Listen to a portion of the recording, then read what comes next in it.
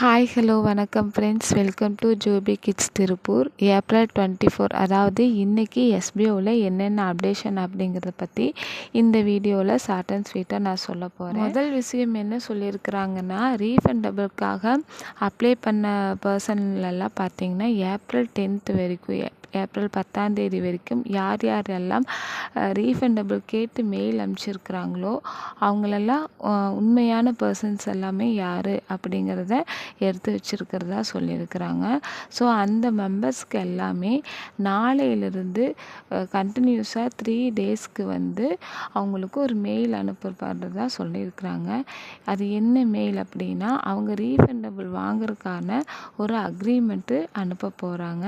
இது எந்த மெயிலேருந்து அனுப்புவாங்கன்னா, sbo.tvm@gmail.com இந்த மெயில் ஐடியிலிருந்து சம்மந்தப்பட்ட பர்சனுக்கு அவங்களுடைய மெயில் ஐடிக்கு மெயில் போகும் அப்படின்னு சொல்லியிருக்கிறாங்க. மெயில் எப்படி வரும்னா, 3 daysக்கு பார்த்திங்கன்னா பேட்ச் வைஸாக வரும். ஒரே நாளில் எல்லாத்துக்கும் வராது. பாதி பேர்த்துக்கு ஃபஸ்ட்டு டே, பாதி பேர்த்துக்கு 2வது டே, இது மாதிரி பேட்ச் வைஸாக அனுப்புவாங்க. இதை மாதிரி ரீஃபண்டபிள் அப்ளை பண்ணவங்களுக்கு ஒரு மெயில் வந்திருக்கும் இல்லைங்களா, அந்த மெயிலில் என்ன பண்ணணும் அப்படிங்கிறது சொல்லியிருப்பாங்க. ஸோ நீங்கள் அந்த அக்ரிமெண்ட் எடுத்துகிட்டு அந்த ஒரு ஃபார்ம் இருக்கும், அதை ஃபில்லப் பண்ணிவிட்டு திரும்பவும் சைன் போட்டுட்டு திரும்பவும் நீங்கள் ஸ்கேன் பண்ணி sbo.tvm@gmail.comக்கு அனுப்ப வேண்டியது இருக்கும். அப்படி அனுப்புகிறப்ப சப்ஜெக்டில் என்ன போடணும்னா, உங்களுடைய name and staff ID, agreement, accepting mail அப்படின்னு சொல்லி நீங்கள் உங்களோட சப்ஜெக்டில் போட்டு நீங்கள் திரும்ப ரிட்டன் மெயில் பண்ணணும். ஓகேங்களா? இப்போது அந்த அப்ளிகேஷனில் என்னென்ன இருக்கும்னா, உங்களுடைய நேம், ஸ்டாஃப் ஐடி, உங்களோட பின்கோட், பேன் கார்டு, அட்ரெஸ்ஸு, உங்களுடைய பேங்க் டீட்டெயில்ஸ், இது எல்லாம் தான் ஃபில் பண்ணுற மாதிரி இருக்கும். இது எல்லாமே நீங்கள் எப்படி எஸ்பிஓவில் உங்களோட ப்ரொஃபைலில் இருக்குதோ சேம் அதே டீட்டெயில்ஸ் நீங்கள் இங்கே ஃபில்லப் பண்ணுற மாதிரி இருக்கும். ஓகேங்களா? ஸோ 2 இடத்துல உங்களுடைய நேம் அண்ட் ஸ்டாஃப் ஐடி போட வேண்டியது இருக்கும்னு சொல்லியிருக்கிறாங்க. ஸோ பார்த்து நீங்கள் கரெக்டாக அந்த ஃபார்மை ஃபில்லப் பண்ணி திரும்ப அனுப்பணும். அனுப்பின பிறகு அவங்க செக் பண்ணிவிட்டு உங்களுடைய அக்கௌண்ட்டுக்கு அவங்க அமௌண்ட் ட்ரான்ஸ்ஃபர் பண்ணிடுவாங்க. ட்ரான்ஸ்ஃபர் பண்ண பிறகு திரும்பவும் எஸ்பிஓவிலேருந்து உங்களுக்கு மணி சென்ட் பண்ணியாச்சு அப்படிங்கிற ஒரு மெயிலும் வரும் அப்படின்னு சொல்லியிருக்கிறாங்க. இதுதான் ரீஃபண்டபிளுக்கு அப்ளை பண்ணவங்களுக்கான டீட்டெயில்ஸ் சொல்லியிருக்கிறாங்க. இன்னொரு பர்சன்ஸ் எல்லாம் பார்த்தீங்கன்னா பாஸ்வேர்டு மறந்துருப்பீங்க. ஸோ உங்களுடைய அமௌண்ட் அஃபிலியேட் அக்கௌண்ட்டுக்கு ட்ரான்ஸ்ஃபர் பண்ணாமல் இருப்பீங்க. ஸோ இந்த பர்சனுக்கு அவங்க என்ன சொல்லியிருக்கிறாங்கன்னா, கமாண்டருக்கு ஆல்ரெடி இன்ஃபார்ம் பண்ண சொல்லியிருக்கிறாங்க. ஸோ அவங்களுக்கு எல்லாத்துக்குமே காமன் பாஸ்வேர்டு தந்திருக்கிறாங்க. ஓகேங்களா? அந்த என்ன பாஸ்வேர்டு அப்படிங்கிறது கமாண்டர்ஸ் சொல்லியிருப்பாங்க. ஸோ அந்த பாஸ்வேர்டை வச்சு அவங்க ஓப்பன் பண்ணி அவங்களோட அமௌண்ட்டை அஃபிலியேட் அக்கௌண்ட்டுக்கு நீங்கள் ட்ரான்ஸ்ஃபர் பண்ணிக்கலாம் அப்படின்னு சொல்லியிருக்கிறாங்க. ஸோ இது எல்லாமே வீக் எண்டுக்குள்ளேயே பார்த்திங்கன்னா நம்மளுக்கு வித்ட்ரா ரெக்வஸ்ட் கொடுக்கறது எதிர்பார்க்கலாம் அப்படின்னு சொல்லியிருக்கிறாங்க.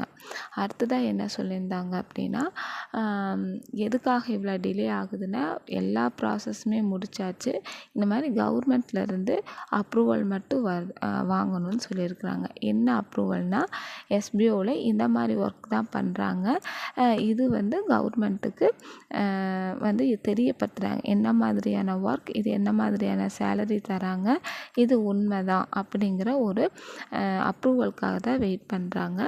அவங்க அவங்க கூட டிஸ்கஸ் பண்ணணும். இது எஸ்பிஓங்கிறது உண்மைதானா, இங்கே என்னென்ன மாதிரியெல்லாம் ஒர்க் நடக்குது, உங்களுக்கு கரெக்டாக சேலரி கொடுத்துருக்குறாங்களா அப்படிங்கிறத வெரிஃபிகேஷன் வேலூரில் இருக்கிற எஸ்பி ஆஃபீஸில் நடந்திருக்கு. ஸோ மண்டே பார்த்திங்கன்னா நேற்று பார்த்திங்கன்னா கமாண்டர்ஸ் எல்லாம் நம்மளதில் இருக்கிற ஒரு 15 கமாண்டர்ஸ் போயிருக்கிறாங்க. ஸோ போயிட்டு அங்கே டிஎஸ்பி சாரை பார்த்து பேசியிருக்கிறாங்க. அவங்களும் சில கொஸ்டின்ஸ் எல்லாம் கேட்டிருக்கிறாங்க. அதே மாதிரி எஸ்பிஓ பற்றியும் அவங்க என்னென்னவெல்லாம் கேதர் பண்ணாங்களோ அது எல்லாமே டிஸ்கஸ் பண்ணியிருக்கிறாங்க. மற்ற கம்பெனியில் என்னென்ன மாதிரி ப்ராப்ளம் இருக்குது அப்படிங்கிறத பற்றியும் அங்கே சொல்லியிருக்கிறாங்க. சொல்லியிருக்கப்புறம் பார்த்திங்கன்னா கமாண்டர்ஸ் எல்லாத்துக்குமே ஒரு 7 pages கிட்ட அவங்க எழுதி தர சொல்லியிருக்கிறாங்க. அவங்களோட ஹிஸ்ட்ரி எல்லாம் எழுத சொல்லியிருக்கிறாங்க. எப்படி எஸ்பிஓவில் ஜாயின் பண்ணாங்க, எவ்வளோ சேலரி வாங்கினாங்க, என்ன மாதிரி ஒர்க் பண்ணாங்க அப்படிங்கிறது எல்லாம் எழுத சொல்லியிருக்கிறாங்க. ஓகேங்களா? அதுக்கப்புறம் மீட்டிங் முடிஞ்சு இவங்க திரும்ப வரப்போ, சார் இதை மாதிரி இவ்வளோ பேர் வெயிட் பண்ணிகிட்ருக்குறோம், நீங்கள் சீக்கிரமாக அப்ரூவல் தரணும் அப்படின்னு கமாண்டர்ஸை கேட்டிருக்கிறாங்க சார்கிட்ட. அப்போ வந்து அவங்க என்ன சொல்லியிருக்கிறாங்கன்னா, இது எங்களை தாண்டி இன்னும் வந்து எங்களுடைய மேலதிகாரிகளுக்கு இந்த லெட்டர்ஸ் எல்லாம் போகும். அதுக்கப்புறம் டெல்லி வரைக்கும் போகும். டெல்லி வரைக்கும் போயிட்டு நம்ம எஸ்பிஓ பற்றி தெரிஞ்சதுக்கு அப்புறம் தான் உங்களுக்கு வந்து இந்த மாதிரி அப்ரூவல் தருவாங்க அப்படின்னு டிஎஸ்பி சார் சொல்லியிருக்கிறாங்க. ஓகேங்களா? ஸோ மறுபடியும் பார்த்திங்கன்னா 2 months ஒன்ஸ் பார்த்திங்கன்னா நம்ம ரிப்போர்ட் சென்ட் பண்ணுற மாதிரி இருக்கும். அப்போ நம்மளில் ஒரு 15 பேர் வந்து அங்கே ஆஃபீஸ்க்கு போகிற மாதிரி இருக்கும் அப்படின்னு சொல்லியிருக்கிறாங்க. கூடி சீக்கிரம், அதாவது இந்த மந்த்துக்குள்ளே வந்து நம்மளுக்கு அந்த அப்ரூவல் கிடச்சிருச்சுன்னா உடனே வந்து ஒர்க் ஸ்டார்ட் பண்ணிக்கலாம் அப்படின்னு சொல்லியிருக்கிறாங்க. அதே மாதிரி இந்த க்ளவுடு ஸ்டோரேஜ் வந்து யார் யாருக்கு அப்படின்னு பார்த்திங்கன்னா, இப்போ நம்ம பழைய மெம்பர்ஸ் இருக்கிறோம் இல்லைங்களா, இப்போ ரீஃபண்டபிள் தந்தது போக மிச்சம் இருக்கிற இப்போ 2,70,000 தோராயமாக, ஓகேங்களா, இந்த பீப்புள்ஸ்க்கு மட்டும்தான் இது இருக்குது, க்ளவுட் ஸ்டோரேஜ் இருக்குது. புதுசாக வர மெம்பர்ஸ்க்கெல்லாம் வந்து க்ளவுட் ஸ்டோரேஜ் இல்லை. ஏன்னா நம்ம வந்து அந்த 6,000 rupees எதுக்கு பே பண்ணோம் அப்படின்னா, அந்த க்ளவுட் ஸ்டோரேஜ்க்காக தான் பே பண்ணோம் இல்லைங்களா. ஸோ வந்து நம்மளுக்கு ஒர்க்கு கொடுக்குற கம்பெனி அந்த க்ளவுடை வந்து ஃப்ரீயாக தரதா சொல்லியிருக்கிறாங்க. யாருக்காகனா ஒரு 3 lakh பீப்புள்ஸ்க்கு மட்டும்தான் ஃப்ரீயாக தராங்க. ஸோ நம்ம பழைய மெம்பர்ஸ்க்கு மட்டும்தான் க்ளவுட் ஸ்டோரேஜ் வந்து அவங்க ஃப்ரீயாகவே தரதுனால தான் அந்த அமௌண்ட் வந்து நம்மளுக்கு ரீஃபண்டபிள் கிடைக்குது. ஓகேங்களா? ஸோ இனி வர பீப்புள்ஸ் எல்லாம் வந்து ஃப்ரீயாக தான் ஜாயின் பண்ண போகிறாங்க. ஸோ அவங்களுக்கு க்ளவுட் ஸ்டோரேஜ் இல்லை. இது எதுக்காக நான் சொல்கிறேன்னா, இந்த க்ளவுடு ஸ்டோரேஜ் மூலிமா நம்ம ஒர்க் பண்ணி ஏர்ன் பண்ணுற அமௌண்ட் பார்த்திங்கன்னா பழைய மெம்பர்ஸ்க்கு மட்டும்தான் கிடைக்கும், புதிய மெம்பருக்கு கிடைக்காது. பேசிக்காக 10,000 வந்து எல்லாருமே ஏர்ன் பண்ணுவோம். அதில் டிடக்ஷன் எல்லாம் போக 8,000 நம்ம கைக்கு வரும். இது ஆல்ரெடி எல்லாத்துக்குமே தெரிஞ்சது தான்.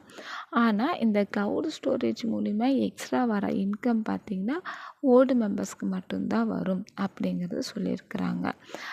ஸோ இதெல்லாம் தான் வந்து ஏப்ரல் 24 அன்னைக்கு வந்து சார் சொன்ன இன்ஃபர்மேஷன். ப்ரீஃபான தகவல் எல்லாம் உங்களுக்கு வேணும்னா கண்டிப்பாக நீங்கள் நோட்டீஸ் போர்டை ஃபாலோ பண்ணிக்கிங்க. இது வரைக்கும் வீடியோ வாட்ச் பண்ணதுக்காக ரொம்ப நன்றி ஃப்ரெண்ட்ஸ்.